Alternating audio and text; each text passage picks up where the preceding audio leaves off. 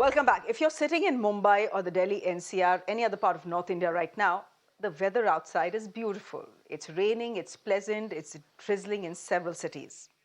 All you want to do is just sit at home, enjoy the weather. But I'm going to play party pooper for the next 10 minutes and tell you that there is nothing romantic about the weather today. It may look lovely, but it is a sign of climate alarm bells ringing. These rains that are happening are unseasonal. They are damaging winter crops such as wheat in India's north and west.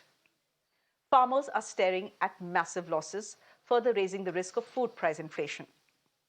Last year, a heat wave cut India's wheat production. New Delhi was forced to impose a ban on exports to calm prices. This year, wheat crops face yet another hurdle in the form of these unseasonal rains. These isolated events show how devastating climate change really is. And the United Nations now says it is just going to get worse if we don't act fast. The UN climate science body has released its survival guide report, sounding an urgent warning on climate change. It warns that the world will cross the key 1.5 degrees Celsius global warming limit in about a decade. So climate change is hitting faster than expected. Dear friends, humanity is on thin ice, and that ice is melting fast. As today's report of the Intergovernmental Panel on Climate Change, IPCC, details, humans are responsible for virtually all global heating over the last 200 years. The rate of temperature rise in the last half-century is the highest in 2,000 years. Concentrations of carbon dioxide are at their highest in at least 2 million years. The climate time bomb is ticking. Now, in the realm of climate diplomacy, the 2015 Paris Agreement enshrined the golden goal of capping Earth's average surface temperature at 1.5 degrees Celsius. I'm reading it again, 1.5 degrees Celsius. Paris wasn't the first time this 1.5 goal was raised. In fact, 15 years ago, small island nations called for a 1.5 degrees Celsius limit as they were worried about the sea levels rising. But it was then rejected by scientists who said a 2 degrees Celsius limit was safe enough. But after Paris, the 1.5 degrees Celsius target soon became the North Star for climate talks across the world. The question is, how did an almost impossible target become the point of reference for climate action?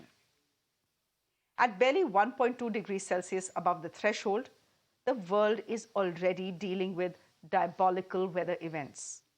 Now the UN says we may breach the 1.5 degree limit in a decade. So what happens then? According to this UN report, what we call extreme weather now could be the new normal in a generation. So imagine floods, heat waves, rainfall, winter storms. Everything will be bigger and more devastating. Sounds bleak, and it is. But can nothing be done to stop this? Well, this is where the report is presenting a message of hope. The fact is we have the know-how, we have the technology, we have the tools, we have the financial resources. We have everything that is needed to overcome the climate problem. But what is lacking right now is political will and a course of action. One of the critical enablers of action that we talked about is the role of finance and financing for investment. And the message is not really governments addressing it at the core. At the core is the financial system needs to be able to respond to the challenges ahead. And there's plenty of financing that's available for multiple reasons and multiple activities. Now, to keep within the 1.5 degrees Celsius limit, emissions need to be reduced by at least 43% by 2030 and at least 60% by 2035. Impossible, many would say. And who will take this responsibility? Many say it should be the developed world, the likes of the United States and the European Union. The argument is simple. Since the Industrial Revolution, developed countries have been responsible for most of the heat-trapping emissions, so they are the ones who need to clean up first. Developing countries like India have had lower emissions, but we are still bearing the brunt of their actions. We are dealing with a hotter climate through more severe heat waves, floods, and droughts. India's emission per person are roughly 1/4 those of China. Compared to the US, they are 1/7 per person. But if action is not taken, India will be one of the first countries to bear the brunt of a climate catastrophe. 40% of Indians will face water scarcity by 2050. By the middle of this century, 35 million Indians could face annual coastal flooding. Cities will experience more heat stress and climate-induced hazards such as cyclones. Like I said earlier, productivity of food crops could be affected as well. So a clarion call is needed, and it is needed urgently. In 7 months, countries from across the world will be meeting in Dubai for the COP28 summit. They will talk options. They will debate actions. But the point is, not enough is being done right now. The time for climate action is not 7 months later in an air-conditioned room with delegates from across the globe. It is right now. It's the warning that the IPCC report is sounding for all of us. Let me get a clearer perspective for someone who is one of the authors of that report. Dr. Aditi Mukherji is joining us on the broadcast. Dr. Mukherji, thank you very much for your time here on Mirror Now. First things first, what's the big deal about the 1.5 degree figure that the scientists are so very worried about it reaching? And just explain to us how it could wreak havoc on all of us. Okay, let me be very clear, and thank you for having me on your channel. So let me be very clear that what's happening is we are now 1.1 degree above the pre-industrial level. So the earth is now warmer than it was 150 years ago when the industrial revolution started. And while it may not seem like a big number to many, what it literally means is that the earth has like this perpetual fever, and the entire planetary systems, be it, the water cycle, be it the overall temperature, is kind of been all messed up because of these constantly high temperature. Now, 1.5 degrees is important because this was a goal that was agreed upon in the Paris Agreement, which almost all the countries in the world have signed. It is not as if that the 1.5 degree is a cliff, and if we cross 1.5 degree, we are all going to fall off a cliff and die. It's not like that. The point is, even at 1.1 degree, we are seeing so many adverse impacts. You know what happened with the wheat crop last year, right? I mean, by March, we had such high temperature that most of the wheat crop could not even germinate. They died. Then we know what happened with the unseasonal rainfall that happened in October. All the kharif crop got damaged. So those are the kind of events, extreme events, unseasonal events. That's what we are seeing in a 1.1 degree world. Now, the warmer we get, the more serious those impacts become. We see more droughts, we see more floods, we see more extreme events, we see more heat-related mortality, we see more flood-related mortality. And therefore, the world has come together to say that 1.5 is the limit to which we want to stop. And therefore, it's a very important target. Having said that, we are not on a track to be within 1.5. But does it mean we should stop trying? No. The point is that 1.6, 1.5 is better than 1.6. 1.6 is better than 1.7. Like, every increment matters. So we should keep trying. Our ideal is 1.5, and we are on a track to miss it. We should accelerate our climate action. And even if we miss it, we should not lose hope. We should keep trying and keep bringing down the temperature as much as we can. Doctor, can I ask you this? Every year, the world spends a lot of money going to the COP summit. Every year, countries from all over the world will make grand announcements, grand commitments. Now, if all these countries are getting together and making all these grand pledges, why are we still in the position that we are very close to breaching the 1.5 degree mark in the next 10 years or so?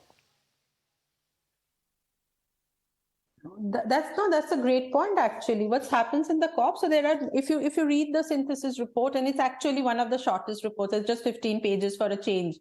Usually our reports are 3,000 pages. So this is a really short and succinct report because it's the synthesis report that got released yesterday. So one of the things we are saying is that there are two kinds of gaps. First of all, the countries are not ambitious enough in putting their pledges. Each country puts what is called the nationally determined contributions during the COP. They say these are the actions we will take to limit our warming, and the countries are not ambitious enough. So their current pledges are putting us on a pathway to 2.7 to 3 degrees. And we have to remember that 1.1 degree is already bad. And by the end of the century, if we have 3 degrees, that's like absolutely a future we do not want for our children. So that's one part. We are not being ambitious enough. Countries are not being ambitious enough. Second, on top of that is the implementation gap. Whatever the countries are pledging, they're not even on the track to implement that. So there is some serious problem. We have to, first of all, really increase our ambition, be more ambitious to see that we are not overstepping this 1.5 and try to keep it as less as possible. And the second is whatever the countries are promising, they have to actually implement. There, I think the report also clearly says that one of the biggest reasons for implementation gap, particularly among developing countries, is the lack of finance. The finance flow that's supposed to come from the developed countries, from the historical emitters who have benefited from fossil fuel and are now developed and rich, they need to finance, according to the Paris Agreement, they need to finance some of these actions, and that isn't coming through very well. So that has been also a big part of that report, which talks about both the lack of finance and the political willingness to finance. Critics of climate experts often say that, scientists will blame everything on climate change. I want to ask you, and I want you to tell our viewers, what the report and its predictions mean for you and me, what they mean for our country, India. Right. So for one, first I would even correct your question. Don't say what will it mean for India, because we are already facing climate change. Viewers often think that climate change will happen tomorrow or the day after, but I want to tell them that climate change has already happened. We are already living in a warmer world and we are seeing the impacts. We have seen lives being decimated. We are seeing extreme flooding events. We are seeing very strong cyclones. We are seeing heat waves. We are seeing these, droughts and unseasonal rain. So we are living in the midst of climate change, and all of us need to be conscious that as the globe becomes warmer, the impacts become harder and harder to manage. Many of us may think that it only affects the poorest and the most vulnerable people. Yes, it does. So we need more empathy for those people who are right at the forefront of climate change. Imagine being a farmer working with 48 degrees centigrade and then all your crops drying because of either because of heat wave or unseasonal rain. So that we need, as urban veritime, we need that kind of empathy. But the thing is that as the earth warms, everybody of us gets affected. Nobody remains unaffected. So the idea is not to spread gloom and doom, but to say that there are solutions. We just need to re-examine. We need to re-examine how we are spending our, our development models. For example, does every family need 2 or 3 cars, which is often an urban reality in places like Delhi? I mean, if you can afford, there's no end to this consumerist cycle, and everything that we do emits CO2, and that's actually making the lives of our children much more difficult.